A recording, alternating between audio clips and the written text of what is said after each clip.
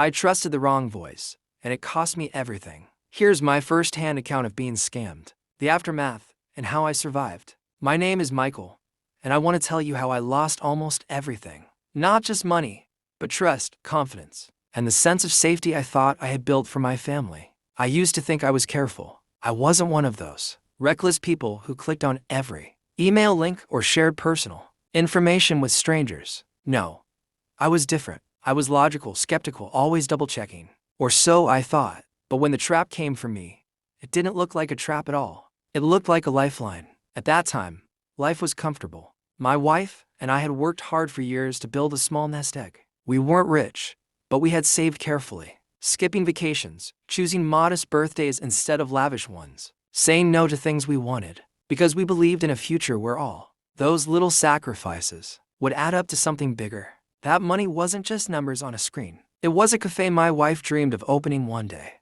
It was college tuition for our kids. It was the security of knowing that if anything went wrong, illness, job loss, an unexpected storm, we'd be okay. I was proud of that. I saw myself as the protector of our financial stability. I never gambled, never made wild investments, never let greed blind me. I thought I was uncheckable. And then came the call. It was a Tuesday morning, bright and ordinary. I was sipping coffee at the kitchen table, scrolling through emails before starting work. My wife was humming softly while making tea. Life was calm, safe, predictable. Then my phone rang. The screen showed the name of my bank. Not just a number, an actual name. I didn't even hesitate. I answered. "Good morning, Mr. Miller," a calm voice said. "This is Daniel from the bank security department. I'm calling because we've noticed suspicious activity on your account." The voice was deep, steady, professional. There was no trace of the rushed, broken accent I'd heard in scam calls before. He spoke with authority, as if this was routine for him. And then he said something that shattered my defenses. "We noticed an attempted withdrawal from your account for $1,200 yesterday. Was that you?" It wasn't. But what shook me wasn't the amount. It was the fact that he knew details. He even confirmed the last four digits of my card and listed to small transactions I had actually made earlier in the week. How could he know that if he wasn't really from the bank? "No, that wasn't me," I said quickly, my heart pounding. "That's what we suspected," Daniel replied smoothly. "We believe someone has gained access to your account. Don't worry, Mr. Miller. I'll guide you through the steps to secure your funds. But we must act quickly. Hackers are sophisticated. Every minute counts." I can still remember the exact tone of his voice, firm, calm. The kind of tone that made you trust him instantly. He didn't sound like he was asking me for anything. He sounded like he was protecting me. He asked a few security questions. Not the kind that felt invasive, just enough to make it seem legitimate. He asked me to verify my balance, asked if I had noticed any other unusual activity. Then he explained the next step. "To protect your funds, we need to move them temporarily to a safe account under the bank's supervision. This is a secure procedure we use to isolate your money until we can confirm that the hackers have been blocked. Once everything is clear, we'll move it back to your original account." I hesitated. My instincts whispered that something felt off. Why couldn't the bank just freeze my account? Why was I the one who had to move the money? But Daniel's voice never wavered. He sounded patient, like a man who had done this 100 times before. And then he said, "Mr. Miller, I've seen too many people lose everything because they hesitated. I don't want that to happen to you. Please, trust me." That word, trust, was like a key turning in a lock. I wanted to trust him. I wanted to believe I was doing the right thing. And above all, I wanted to protect my family's future. So I agreed. With shaking hands, I followed his instructions. I moved the first portion of our savings to the account number he gave me. When I hit confirm, I felt both terrified and relieved. Terrified because it was so much money. Relieved because I believed I had just protected it. When my wife asked who had called, I told her it was just the bank checking something. I didn't tell her the details. I thought I was shielding her from worry. In reality, I was already hiding my first mistake. That was the beginning. The morning after that first transfer, I woke up strangely calm. I convinced myself I had done the right thing. In my head, I pictured our savings sitting in some high-tech digital vault, shielded from hackers by layers of protection I couldn't begin to understand. I actually felt a little proud, like I had acted quickly and saved my family from disaster. That calm lasted less than 12 hours. At exactly 9:07 a.m., my phone rang again. It was Daniel. The same number, the same bank name flashing on the screen. I didn't hesitate. I picked up instantly, almost relieved to hear his steady voice. "Good morning, Mr. Miller," he said. I'm glad I reached you. Unfortunately, I have some urgent updates. Our system shows that the attackers attempted another breach overnight. This time, they tried to access a Link savings account. We need to secure the remainder of your funds before they succeed. My pulse quickened. Link savings account. That was our secondary account, the one I had thought was safe. Daniel, I said, trying to keep my voice steady. I already transferred a large sum yesterday.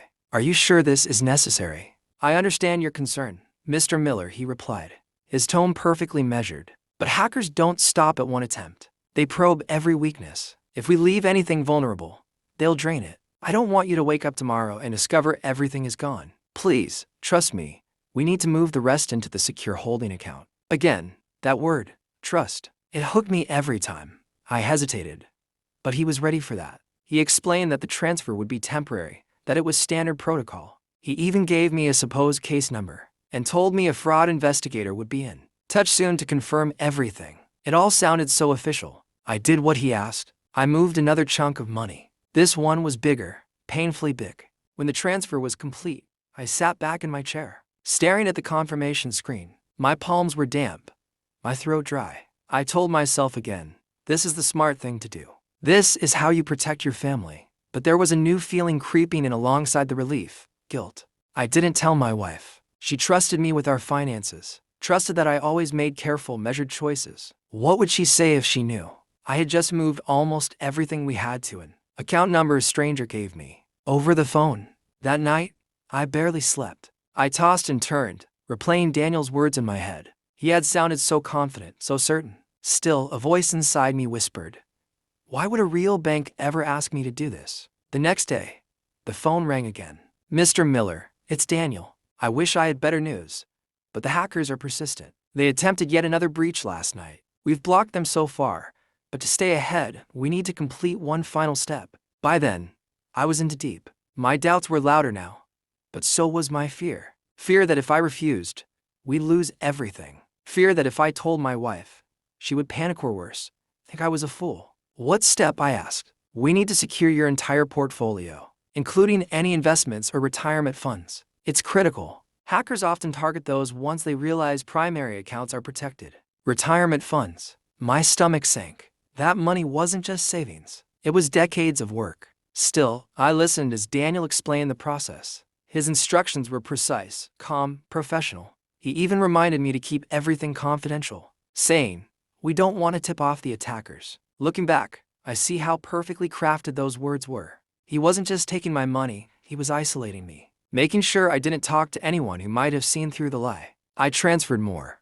Too much. When it was done, I sat in silence, staring at the blank wall of my office. My chest felt heavy, my hands cold. I wanted to believe I had done the right thing, but the whisper in my head was louder than ever now. Something is wrong. Something is terribly wrong. That evening, my wife asked if everything was okay. I forced a smile and said I was just tired from work. Inside, I was screaming. I was trapped between two fears. The fear of hackers stealing our money, and the fear of admitting to my wife that I might have already handed it to them. And Daniel kept calling.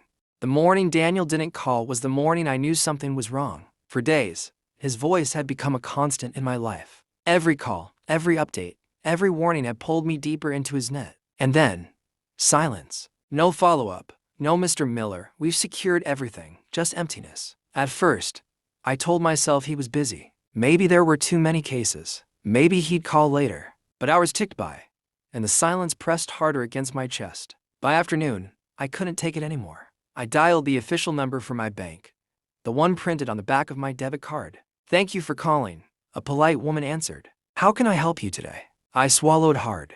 Yes, I was working with someone from your fraud department, Daniel. He helped me secure my accounts after a hacking attempt. Can you transfer me to him? There was a pause. Sir, I don't see any notes about a Daniel on your account. Could you explain a little more? My throat tightened. I stumbled through an explanation. Suspicious activity, moving funds to a secure account. Case number, everything Daniel had told me. The woman's voice softened, but in a way that made my stomach turn. Mr. Miller, I'm afraid this doesn't sound like any of our procedures. We would never ask a customer to transfer funds into another account. I need you to understand. You've been the victim of a scam. Her words hit like a sledgehammer. I couldn't breathe. What? What are you saying? The transfers, the case number. He knew details about my transactions. My voice cracked, half pleading, as if she could somehow rewind time and make her words untrue. Scammers often gain access to partial account information through data leaks, she explained gently. I'm so sorry, but those funds are not in any bank account. They're gone. Gone. That word echoed in my head, hollow and final. I hung up, my hands trembling.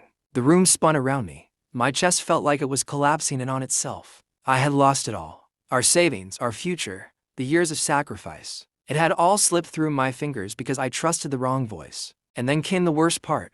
Facing my wife. I found her in the kitchen, humming softly as she chopped vegetables for dinner. The ordinary calm of the moment made the storm inside me unbearable. Sarah, I said, my voice shaking. She looked up, smiling. Hey, you okay? You look pale. I sat down heavily at the table. My hands were cold, my throat dry. There's something I have to tell you. Something terrible. Her smile faded. She set down the knife and wiped her hands on a towel, her eyes fixed on me. Michael, what is it? I told her everything. From the first call to the last transfer. Every detail spilled out of me in a trembling rush. My voice cracked. My eyes burned. By the end, I could barely look at her. When I finally forced myself to raise my head, I saw the shock in her eyes. Not anger, not yet, just raw disbelief. You mean, you moved all of it? She whispered. I nodded, tears stinging my eyes. I thought I was protecting us. I thought I was doing the right thing. But it was a scam. I lost everything. Her hands trembled as she pressed them against her mouth. For a long moment, silence filled the room, thick and unbearable. Then she sat down across from me, her eyes glassy. Michael, why didn't you tell me? Why didn't you ask me before doing something like this? My heart broke under the weight of her words. I didn't want to worry you. I thought I could handle it. I thought I was protecting you. She shook her head slowly, tears rolling down her cheeks. Protecting me. Michael, you shut me out. You carried this alone until it destroyed us. Her voice cracked, and I reached across the table. But she pulled her hands away. The hurt in her eyes was worse than any punishment I could imagine. That night, I lay awake beside her, staring at the ceiling, listening to her quiet sobs. The weight of what I had done pressed down like a mountain on my chest. I had failed, not just as a husband, but as the protector I always thought I was. I wasn't strong. I wasn't careful. I was fooled. And now my family was paying the price. The next morning, I called the bank again. I wanted answers, a miracle, anything that could undo what I had done. Sir, the agent said gently, once funds are transferred to an outside account like this, there's usually no way to recover them. We can file a report with the authorities, but the chances of retrieving the money are extremely low. I felt the ground fall out from under me. Low chances. That was generous. It was practically zero. Every number, every calculation, every dream I had worked toward for years had evaporated. I went to the local police station, clutching my phone and all the emails Daniel had supposedly sent. I tried to explain everything, step by step. They listened, polite but procedural, and then handed me the same words I had heard from the bank. We'll investigate, but your funds are most likely unrecoverable. Walking out of the station, the weight on my shoulders was unbearable. My wife stayed home, too shocked to move. I could feel the tension in the house like a living thing. We hadn't slept properly in days. The silence between us was deafening, each glance a silent accusation. I couldn't look at our accounts without seeing empty spaces where numbers had been. Every day felt like a punch to the gut. I couldn't concentrate at work. I barely spoke to anyone, and when I did, I felt as though they could see through me, as though they could see that I was a fool who had given away everything we had worked for. I began obsessively researching scams online. I studied phishing tactics, fake bank procedures, and cryptocurrency fraud. Daniel had been meticulous, and the more I read, the more I understood how perfectly he had manipulated me. Every call, every instruction, every word of reassurance had been calculated to make me act without consulting anyone else. Then a small sliver of hope appeared. I discovered a private cyber investigator who specialized in tracking cryptocurrency and online scam accounts. He agreed to help us for a fee. At that point, I didn't care about the cost. I needed to try. Weeks passed. We combed through transaction histories, traced digital wallets, and uncovered a few scattered addresses that contained part of our stolen funds. It wasn't everything, far from it, but it was something tangible. For the first time since Daniel's first call, I felt a flicker of control. We managed to recover a small portion. It was not the million-dollar dream we had saved for, but it was enough to remind us that not all was lost. Slowly, we started rebuilding, starting with the basics, bills, groceries, the small comforts we had taken for granted. But even with partial recovery, the damage ran deeper than money. My relationship with my wife had been shaken. Trust, once broken, is difficult to repair. Every conversation about money became tense, every financial decision a potential trigger for old fears. We began seeing a couples therapist, someone who could guide us through the shame, anger, and guilt that Daniel's lies had caused. I began speaking openly about what had happened. I shared our story with neighbors, friends, and anyone who would listen. At first, it was humiliation I was sharing, but gradually, it became empowerment. I realized that by telling the truth, I could prevent others from making the same mistakes. I also took steps to educate myself. I attended cybersecurity workshops, studied fraud prevention, and even began giving informal talks at local schools. If my story could teach even one person to question suspicious calls, to verify information, to think twice before transferring funds, then maybe Daniel's actions wouldn't be in vain. Recovery was not instant. It was painstaking. We had to adjust our lifestyle, reevaluate our financial habits, and rebuild our savings from scratch. Every small deposit was a reminder of the fragility of trust and the importance of vigilance. Yet amid the hardship, I learned something crucial. Money can be lost, but integrity, awareness, and resilience can be rebuilt. I discovered that admitting mistakes, facing shame, and seeking help is not weakness, it's survival. The house is quieter now. My wife and I still speak about that time, but with less fear and more understanding. I no longer keep secrets about finances, and she no longer fears that I might act alone in desperation. Together, we plan, we discuss, and we make decisions openly. Daniel took everything we had, but he couldn't take our ability to learn, to adapt, or to survive. And in the end, that may be the most important lesson of all. Even when deception and greed seem unstoppable, people who care about each other can rebuild stronger than before. It's been months since Daniel's calls, months since I realized how completely I had been manipulated. I can still hear his voice in my mind sometimes, calm and confident, convincing me that every transfer was protection, every instruction was necessary. The memory makes me wince, but it also reminds me how carefully he studied human trust, fear, and hope. I've spent countless nights reflecting on how I fell for it. I replay the events over and over. The initial call, the first transfer, the growing urgency, the guilt I carried in silence. I think about the decisions I made and the trust I betrayed, both my wife's and my own. And yet, despite all that, I also see how far we've come. The first step was admitting what happened. Telling Sarah, my wife, was terrifying, but necessary. Her initial disbelief, anger, and heartbreak were overwhelming.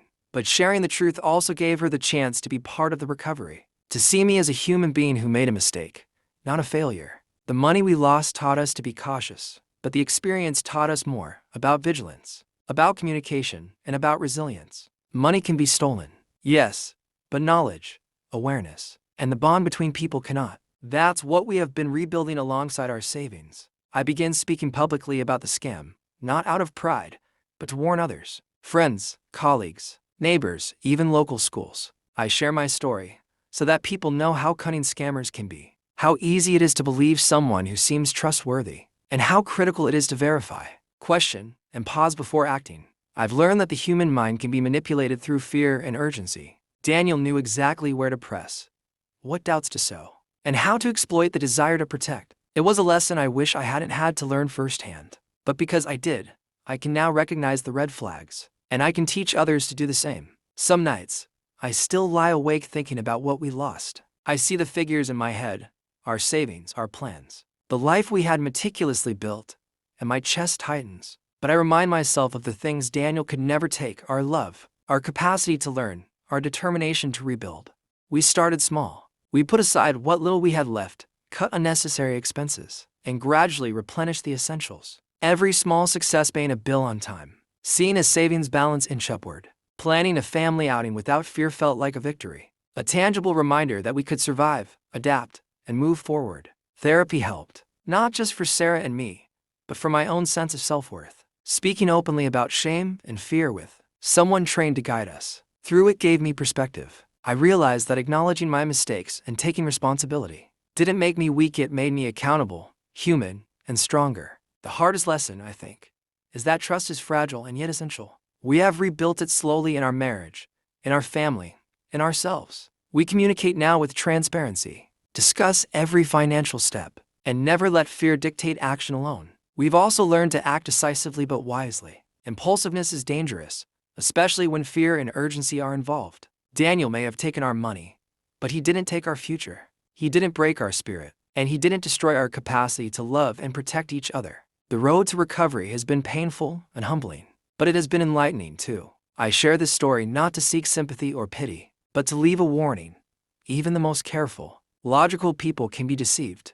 Don't assume it can't happen to you. Pause, verify, ask questions. And most importantly, don't carry burdens like this alone. Trust your instincts, but also trust those around you. Protect not just your money, but your connections, your communication, and your awareness. Looking back, I wish I could change the past, but I cannot. All I can do is move forward, wiser, more cautious, and more appreciative of the life we still have. And despite everything, I have hope. Hope that sharing what happened will prevent someone else from falling into a trap like mine. Hope that the lessons learned in fear, shame, and loss can turn into wisdom. Hope that no matter how far one falls, rebuilding is always possible. Because in the end, that is the most important lesson Daniel could never steal: resilience, love, and the ability to rise again, even after losing almost everything.